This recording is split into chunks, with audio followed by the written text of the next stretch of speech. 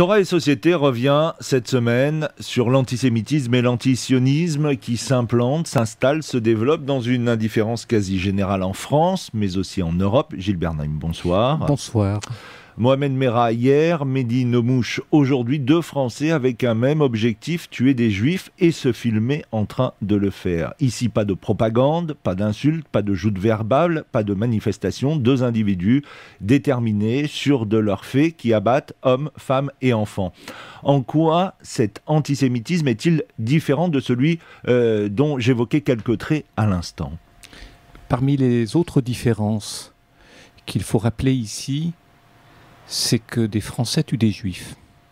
J'allais d'abord dire, mais là c'était à propos de Toulouse, un Français tue des Français. Maintenant, Juifs ou pas Juifs d'ailleurs, comme l'affaire de Montauban nous l'avait montré. Bruxelles, certes, ce ne sont pas des Français, ce sont des Belges, ce sont des Israéliens, ce sont des Juifs. Un Français tue des Juifs. Il faut sans doute se rappeler que dans les temps antérieurs, lorsqu'il était question de meurtre, lorsqu'il était question d'attentat, lorsqu'il était question de terrorisme, c'était des gens venus d'ailleurs, de cette internationale terroriste, qu'ils viennent d'Amérique du Sud, qu'ils viennent du Proche-Orient ou d'ailleurs, ou du Japon. Mais c'était des étrangers à la France qui venaient ici ou ailleurs tuer là où il y avait des Juifs, au nom d'un pseudo-combat idéologique. Aujourd'hui, ce sont des Français qui tuent des Juifs. Et je crois qu'il faut bien prendre conscience de ce que, lorsqu'un Français tue des Juifs, lorsque des Français tuent des Juifs, certes, il y a eu l'affaire de Toulouse, il y a eu maintenant l'affaire de Bruxelles, il y a eu l'affaire d'Ilan Halimi. Mais lorsque l'on parle d'individus isolés, des gens dont on perd la trace, certes aujourd'hui ils sont quelques dizaines, quelques centaines, qui ont cette potentialité de crime en eux, mais ce n'est pas parce qu'ils ne sont que quelques dizaines ou quelques centaines aujourd'hui qu'il faut imaginer que le chiffre ne s'élèvera pas. Alors justement, la police comme les politiques parle de loup solitaire pour ces deux assassins. Joseph Massescaron dans Marianne se pose la question de savoir à partir de combien va-t-on parler de meute ? Je sais pas. Maintenant déjà.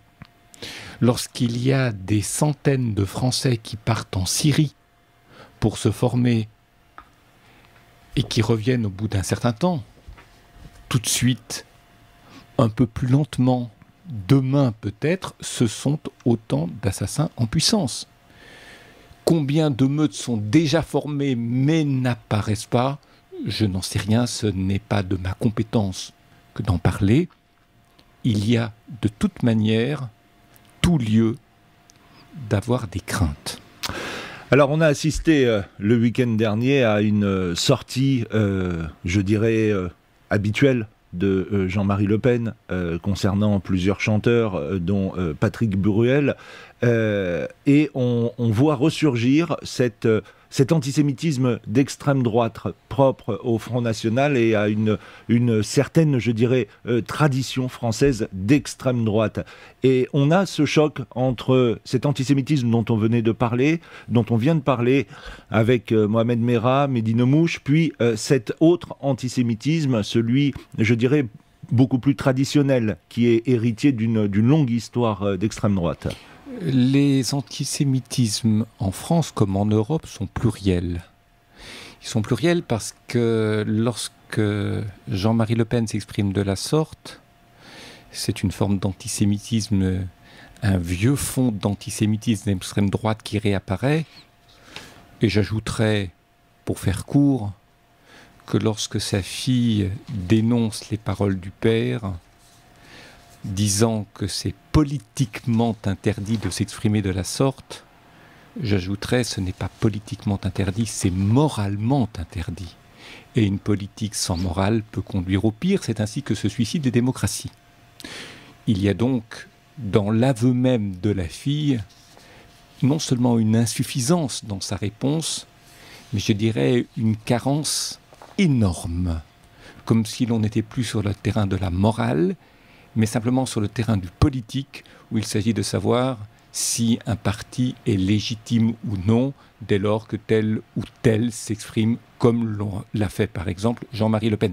Maintenant, pour revenir au fond de votre question, je dirais que l'antisémitisme a beaucoup de visages, qu'il y a lieu de craindre l'antisémitisme d'extrême droite, mais aussi celui de l'extrême gauche, avec sa composante islamiste dure, avec aussi au nom d'un antiracisme mou, c'est-à-dire la crainte d'être taxé d'islamophobie, une forme de complaisance de la part de certains médias qui ne sont pas antisémites pour autant, mais qui sont complaisants parce qu'ils ne veulent pas juger, comme si juger c'était discriminer, et qu'à partir de là, ces médias apparaîtraient comme des discriminants, c'est-à-dire comme n'acceptant pas la légitimité de ce qui est différent de soi.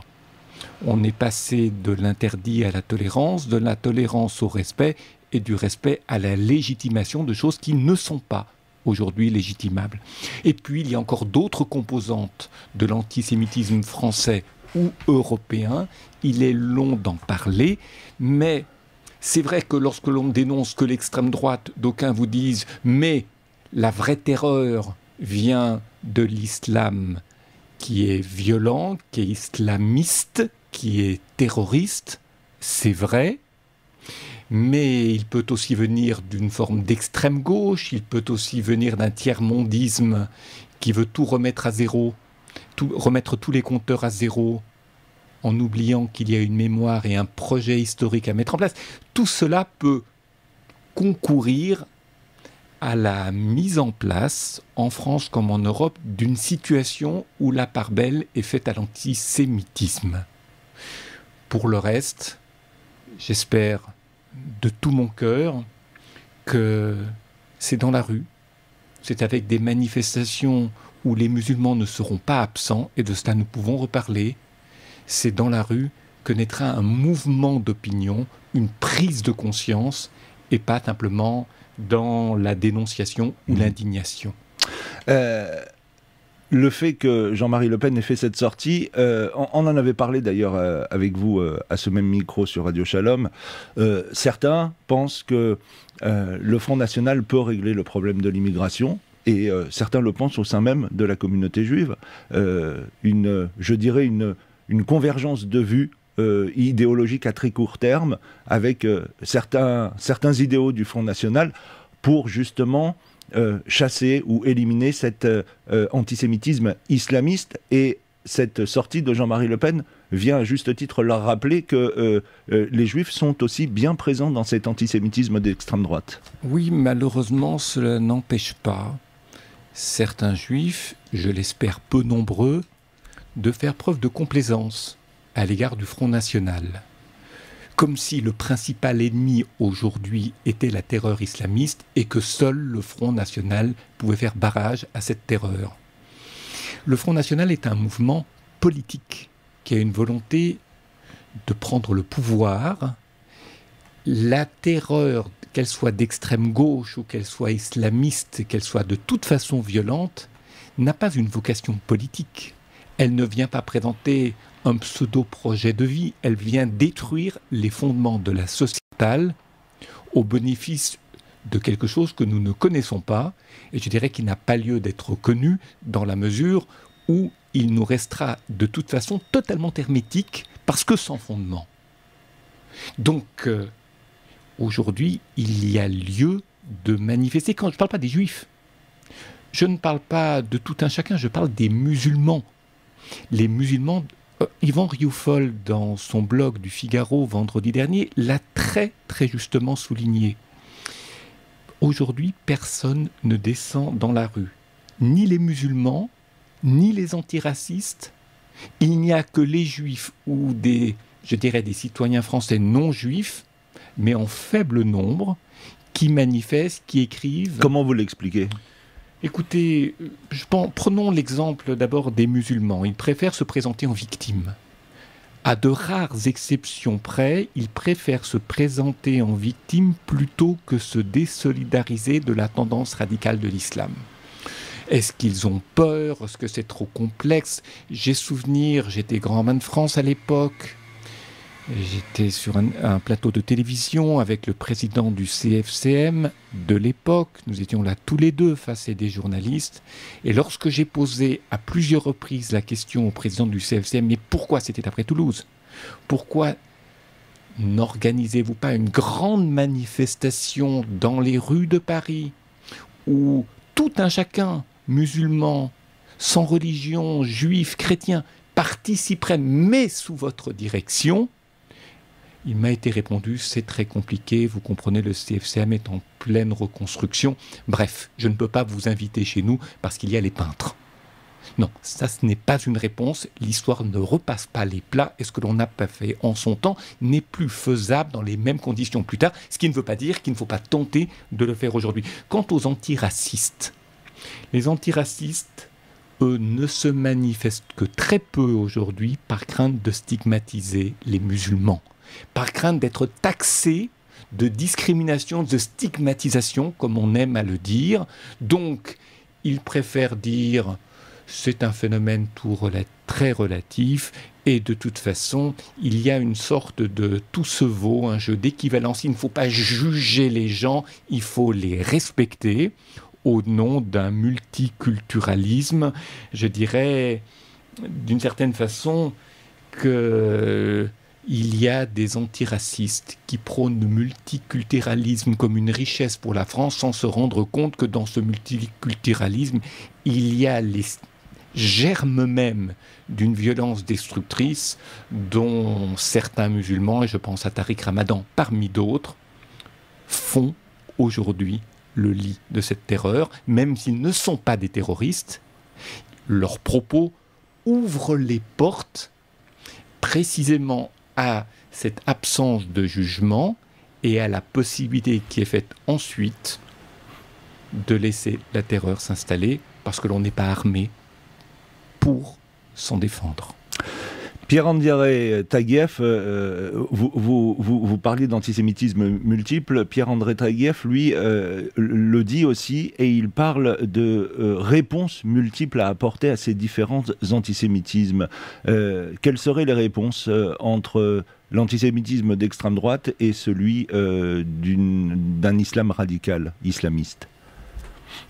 D'abord, l'antisémitisme d'extrême droite, j'ai envie d'abord de dire, non pas l'antisémitisme du Front National, mais les gens du Front National. Il y a quelques semaines, après les élections européennes qui ont vu le Front National être proclamé premier parti de France à l'occasion de cette élection, et j'insiste sur un seul tour, je rappelais une chose qui m'avait beaucoup frappé, que vous m'autoriserez à redire.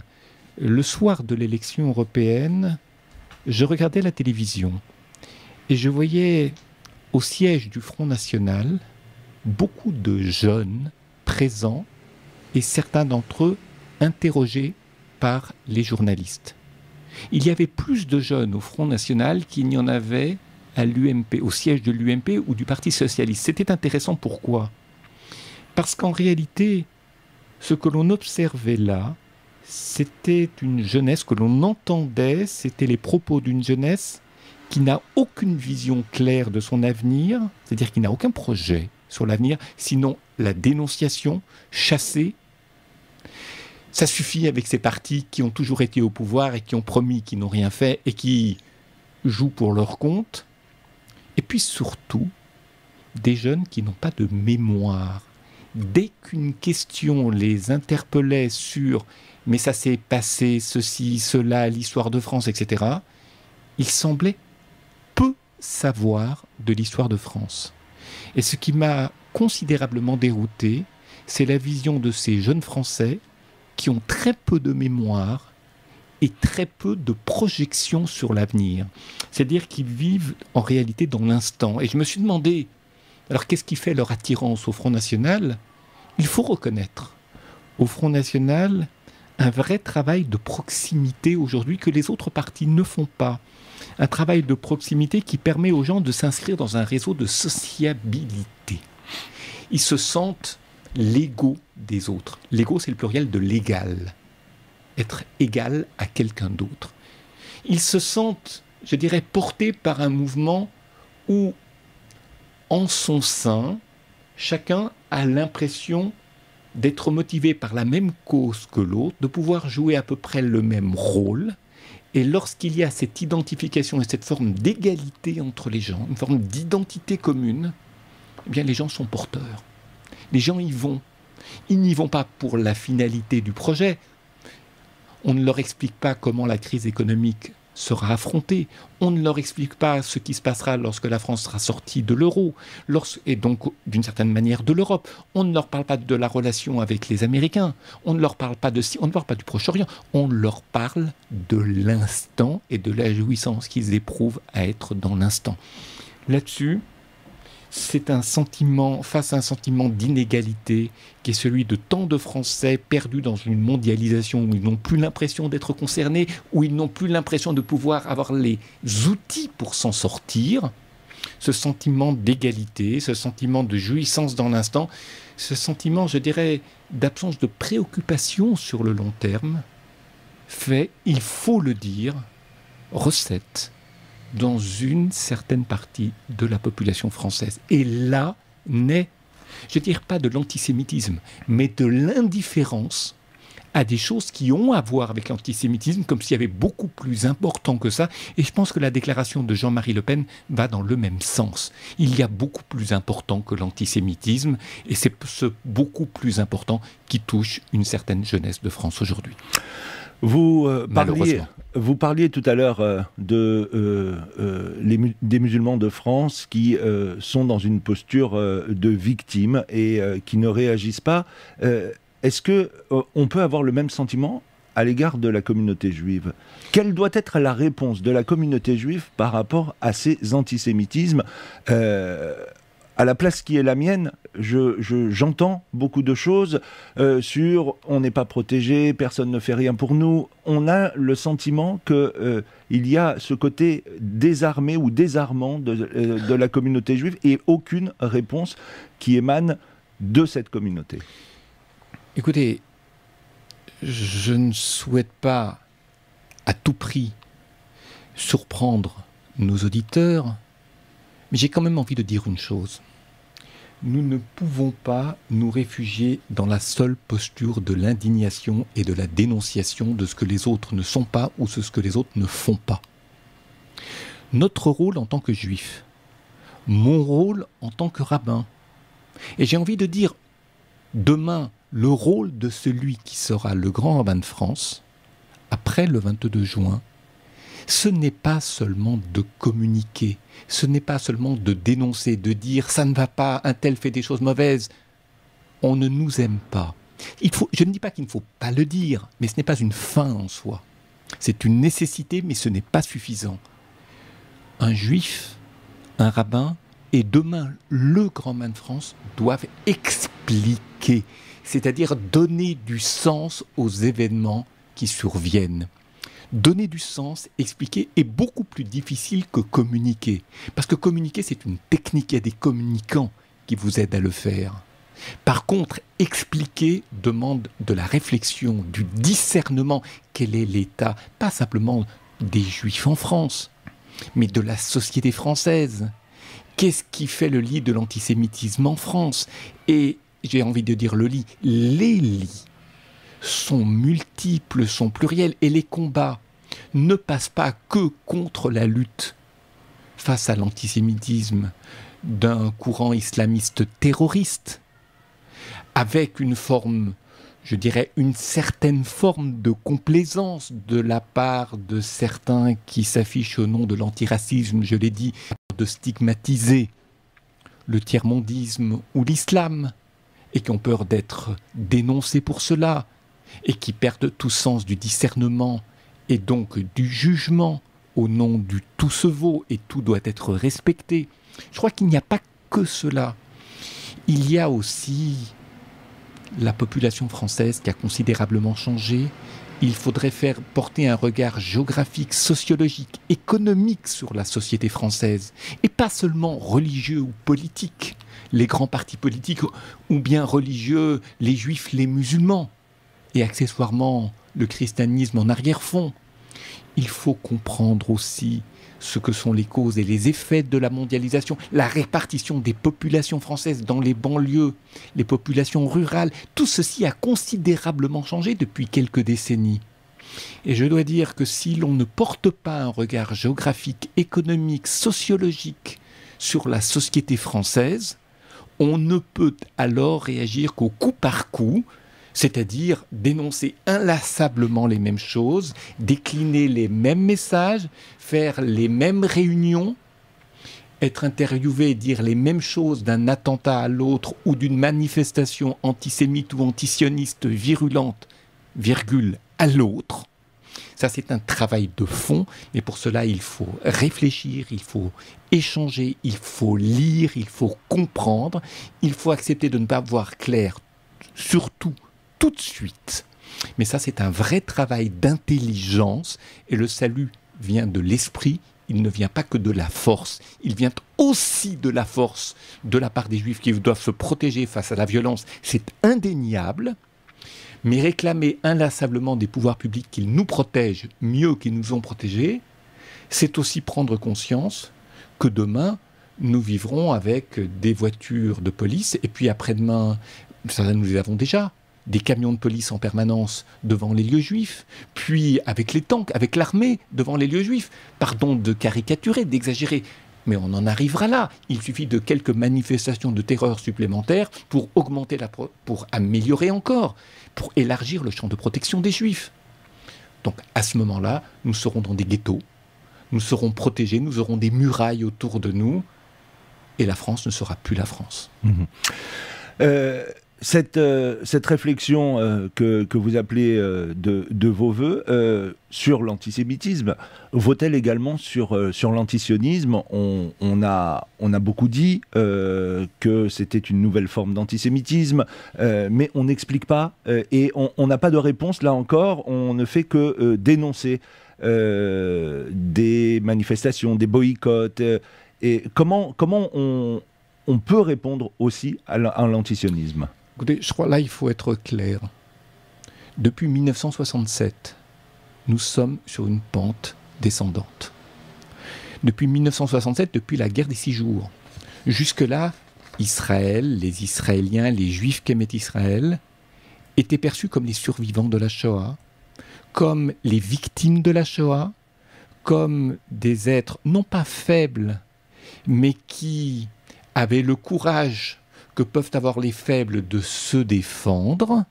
Ils étaient encore les peuples du juif, le peuple du livre, pardon, les juifs du livre, le peuple du livre, ils étaient encore les victimes de la Shoah, ils étaient encore les produits de la Révolution française, c'est-à-dire de ce socialisme éclairé, du kibbutz, etc., de l'autonomie en politique, et puis il y a eu la conquête, il y a eu la victoire de 67, il y a eu la prise en charge des territoires disputés, dit-on aujourd'hui, et puis aujourd'hui, les Israéliens apparaissent comme les bourreaux des Palestiniens, comme ayant volé leurs terres aux Palestiniens, et de ce fait, les victimes sont les Palestiniens, quoi qu'ils disent et quoi qu'ils fassent, et les bourreaux sont les Israéliens et les Juifs qui aiment Israël. Pardon de le dire d'une manière aussi décantée, d'une manière aussi simpliste, mais la réalité n'est pas très éloignée de cela. Et puis, on pourrait ajouter aussi qu'il y a une délégitimation de l'État d'Israël, même pas de l'État juif, de l'État d'Israël en Europe. Nous l'avons déjà dit à cette antenne, je le rappelle. Avant la guerre, l'antisémitisme était un antisémitisme d'extrême droite, c'est-à-dire de populations qui disaient « nous sommes chez nous, nous avons un droit à la terre, il y a des liens de sang à cette terre, une langue, une culture, etc., une appartenance à un lieu. » Et les Juifs, ce sont des cosmopolites, ce sont des migrants qui appartiennent à plusieurs cultures, à plusieurs territoires, qui ont plusieurs langues, C'est difficile à définir ce qu'est un juif. Nous voulons du clair, du précis. Eux, c'est précisément du cosmopolitisme, des choses difficiles à définir. Autrement dit, on n'aimait pas le juif parce qu'il était cosmopolite face à la sédentarité, face aux liens du sol que vivait l'extrême droite et ses sympathisants.